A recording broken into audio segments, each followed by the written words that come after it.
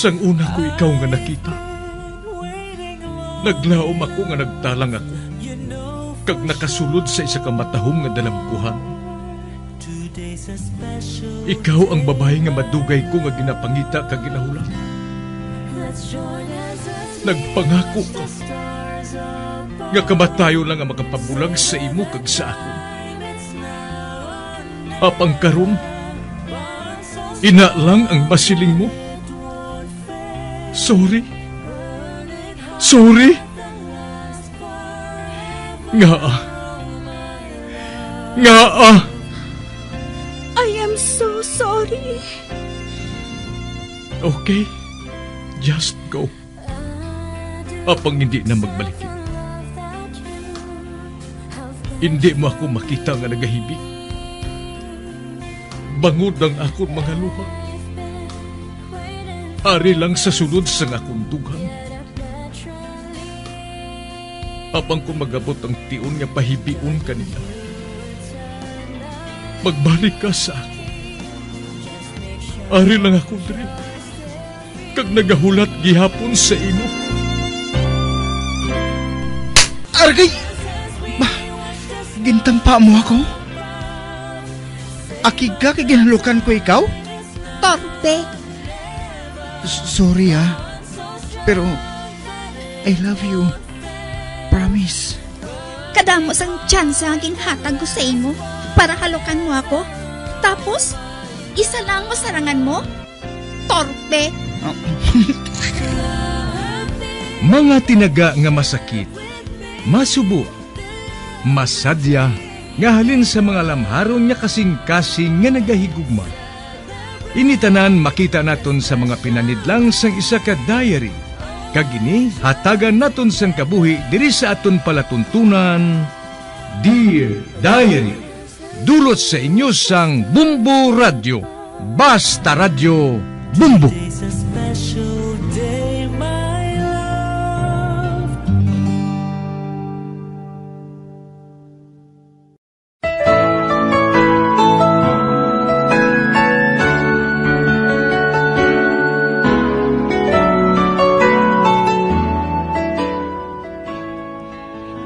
Diary.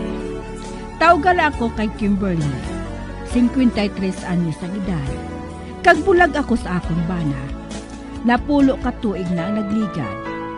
May 4 ako ka anak nga subong dalag ko na, kag may trabaho na. Pagkatapos ko gisang akon pag-eskwela sa kolehiyo, nagtrabaho ako sa isa sadto kadako nga kompanya sa syudad sang Bacolod. Dire ko nakilalang ako nanginbana. 3 ka tuig nga nagpangaluyag siya sa akon, kag nagpakasal kami nga duha. Maayo man ang amon pagpangabuhi, bangod may permanente ako nga trabaho. Nakapatindog kami sang balay sa subdivision. Ang bana ko iya, wala sang permanente nga trabaho. In short, ako ang nagadala sang amon pangabuhi. Sang nagaedad na sang 7 ka tuig ang amon subang, nagsugod sa pagtinunto ang akon bana. Sang tuig 1993, nag-strike ang kumpanya nga ginaobrahan ko.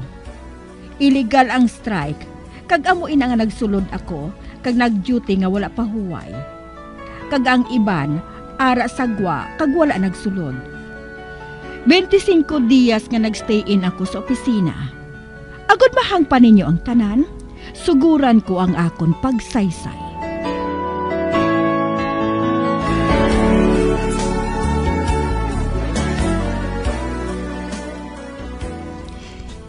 Inday Kimberly, may isugid ako sa imo. Apang hindi ka lang magpahinali, ha? Bay, nga anang? Ano ina? Ang bana mo nagabisyo. Ha? Bay, ano nga nagabisyo nang? Day, may relasyon sa imo, maid. Ano? Oo, day. Kag nagabusong na ang maid ninyo. Kag ang bana mo ang amay. Hindi ina mahimo ni Max sa ako nang. Hindi niya na mahimo.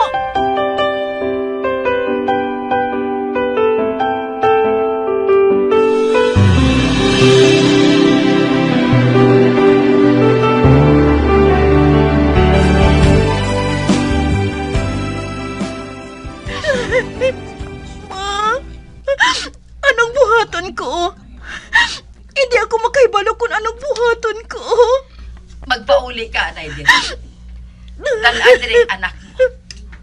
Kag pati ang maid mo.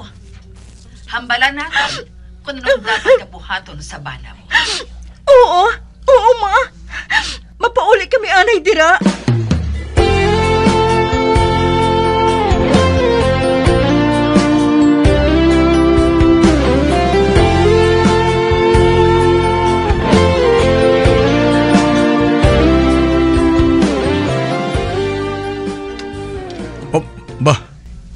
Ma?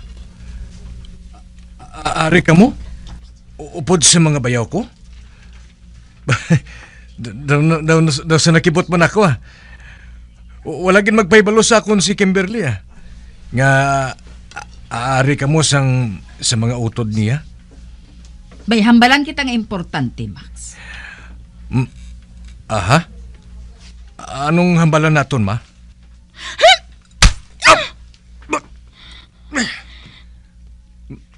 Kim? Gintampa mo ako? Hindi ka na magpakuno-kuno pa, Max. Nakahibalo na si Mama, kagang akon mga utod sang imo ginabuhat. Kinatraidoran mo ako. Aha? Nga nakabatas ka sa pagbuhat sini sa akon, Max. Nagapatay-patay ako sa pagtrabaho. Apang ikaw, nagahimo sang indi amo. Makabatas ka pa sa paghilabot sang ato niya maid. Ginpabusong mo pa siya. Bay, Kimberly? Nga nakahimo ka sini sa akon, Max. Sa diin ako magkulang.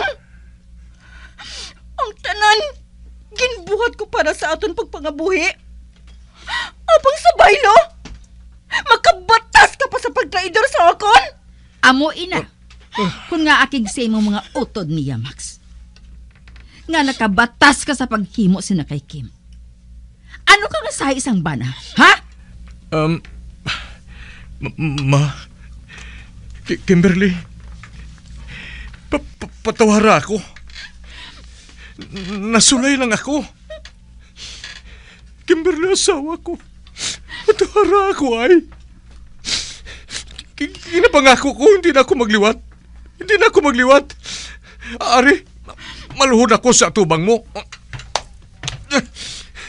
Kimberly, dahil nagaluhod na ako. Patawara man ako, ay. Hindi na gid ako magliwat. Hindi na gid. Hindi ako magkapatawad sa imo sang amo lang sinakadali, Max. Ginguba mong akong pagsalik sa imo. Kasakit. Kasakit sang ginbuhat mong ini sa akon. Kimberly. Kasakit kayo. Kimberly, patawara ako. Patawara ako.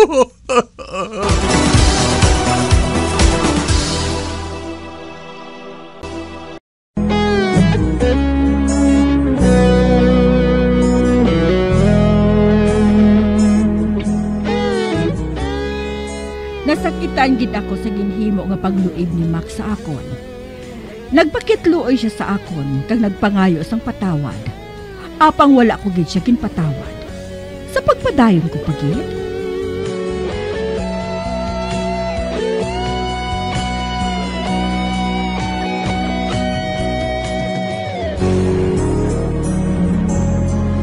Ay, Kim, hatagi na lang sang second chance si Max, Makapatawad gani ang Ginoo. Ikaw pa?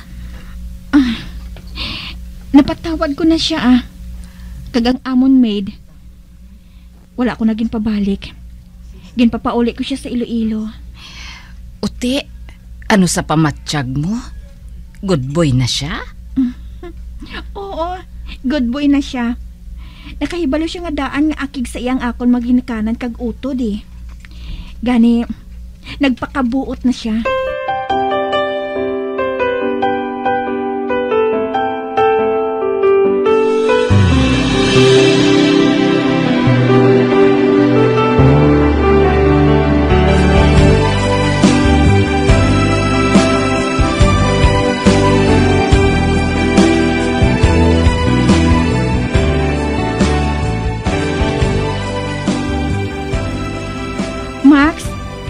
nagaplano ako nga ma-file sang early retirement.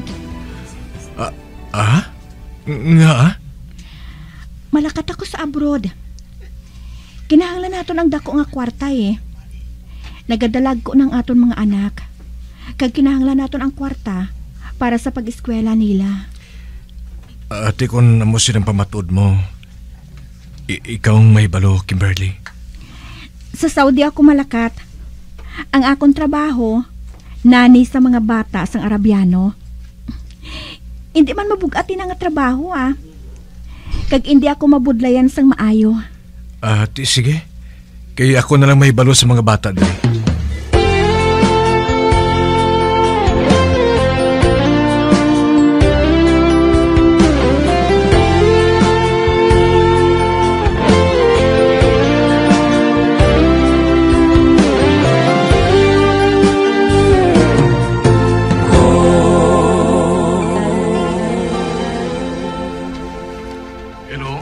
Max, ako ini.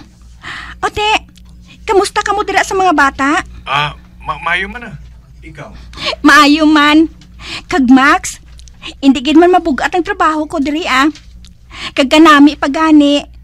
Kay mas kami nga nagabakasyon sa Europe. Kag doon nalibot ko ang bugos na kalibutan. Ate, maayo ko na mo Ate, sige Bye. Bay, ano nga bay man? Bago pa lang gani ako makatawag sa imo. Nagadali ka dayon nga matapos ang aton paghambalanay? Kwan, siling ko basi ko may obra ka pa? Wala ako sang obra. Pero ako may obra pa. Basi kung maulihi ako sa oras. Ate, sige sa laso na lang. Bye. Gin-off dayon niya ang cellphone.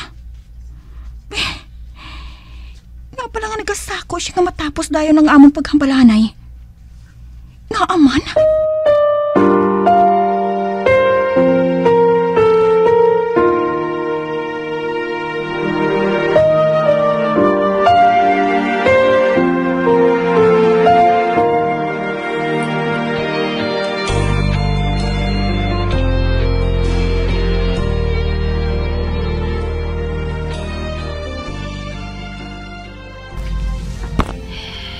Kim, may isugid ako sa imo.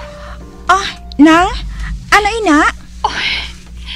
Nagatinon ko naman sa imo si Max. Ano? Oo, may babae naman siya. Matuod bala ina nang? Oo, amo inang nahibalaan ko. May babae naman siya. Sige lang nang Manugbakasyon naman ako.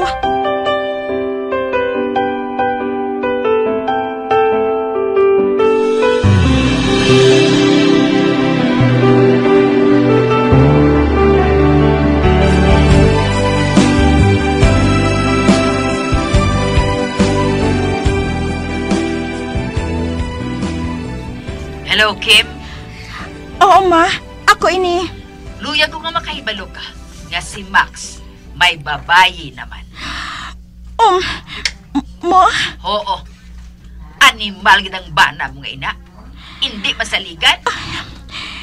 Mabakasyon ako dira, ma. Papauli ako. Saan ka mapauli? Sa madason nga bulan. Maataganay kami ni Max.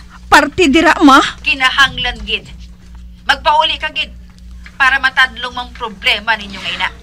Sige, ma. Bye. Nagapati na ako. Kasi mama, nagasugid sa matuod sa ako na. Max, nga ginahimo mo ini sa ako na. Palangka ko kinikaw. Apang wala ko magunahuna nga makabatas ka sa paghimo siniliwat sa ako na. Wala gid ako magunahuna, Max.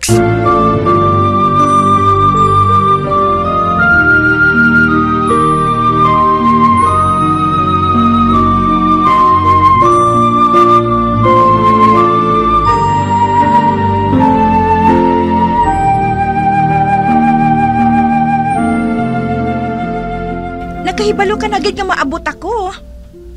Nga mo ka palang nagpakita sa akon. Kuwan, Kimberly, hindi ako makalin dahil sa trabaho ko. Amoy na nga bago lang ako nga makapakita sa imo. Kinahanglan nga mabalik dayon ako dito. Ano?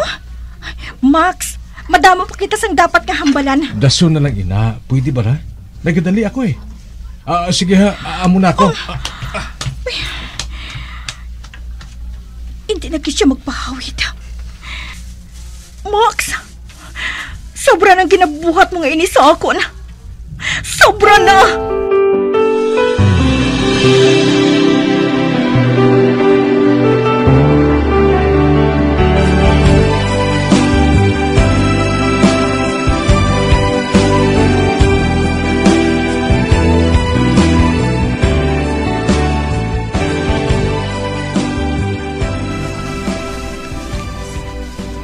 Nakaibalo ka bala?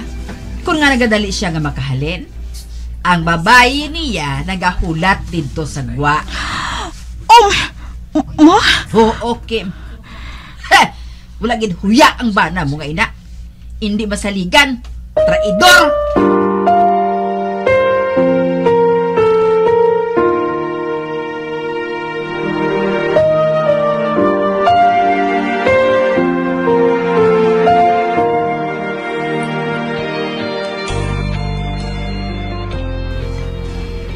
Ote ano, nakapauli na si Max? Wala ma. Amo lato kis ang iya pagkadto diri.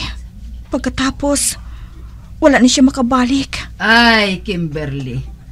Hindi ka na magpaabot nga magbalik pa sa imo si Max. Kag mas maayo pa gid kung hindi na siya magbalik pa.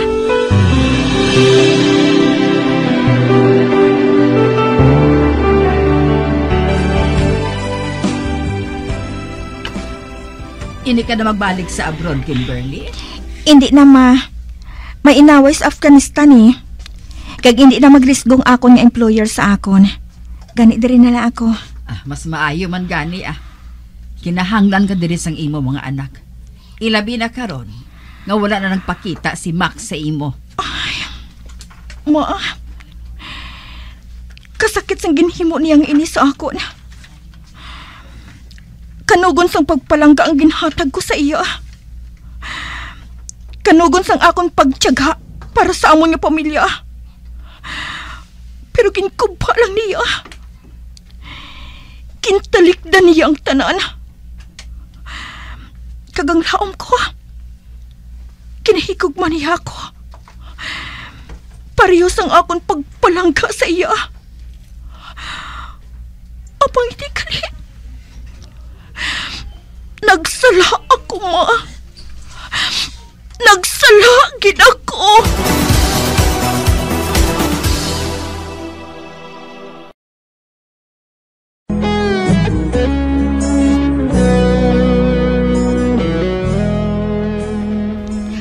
Sa subong, nagaupod na sila ni Max ang iyang babayi. Wala na ako mag-iskandalo. Ginpabayaan ko na lang sila. Tungod ari man sa ako ng amon apat ka mga anak. Kagtuma na ina sa akon. Tubtob diri na lang ang akon masubo nga kasaysayan sa kabuhi, Dear Diary. Tubtob sa liwat. Kim. Wag nang mangamba kung ikaw ay nalulungkot sinta. Di ka na mag-iisa. Sasamahan ka sa hirap at saya.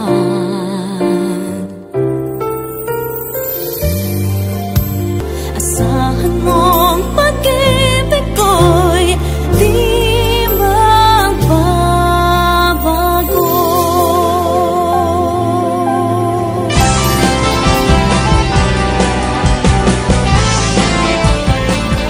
Amuyad to ang matahom nga sugilanon nga ginhatagan naton sang kabuhi diri sa Dear Diary. Matamo gid nga salamat sa inyo pagpasakop. Basta Radyo Bumbong.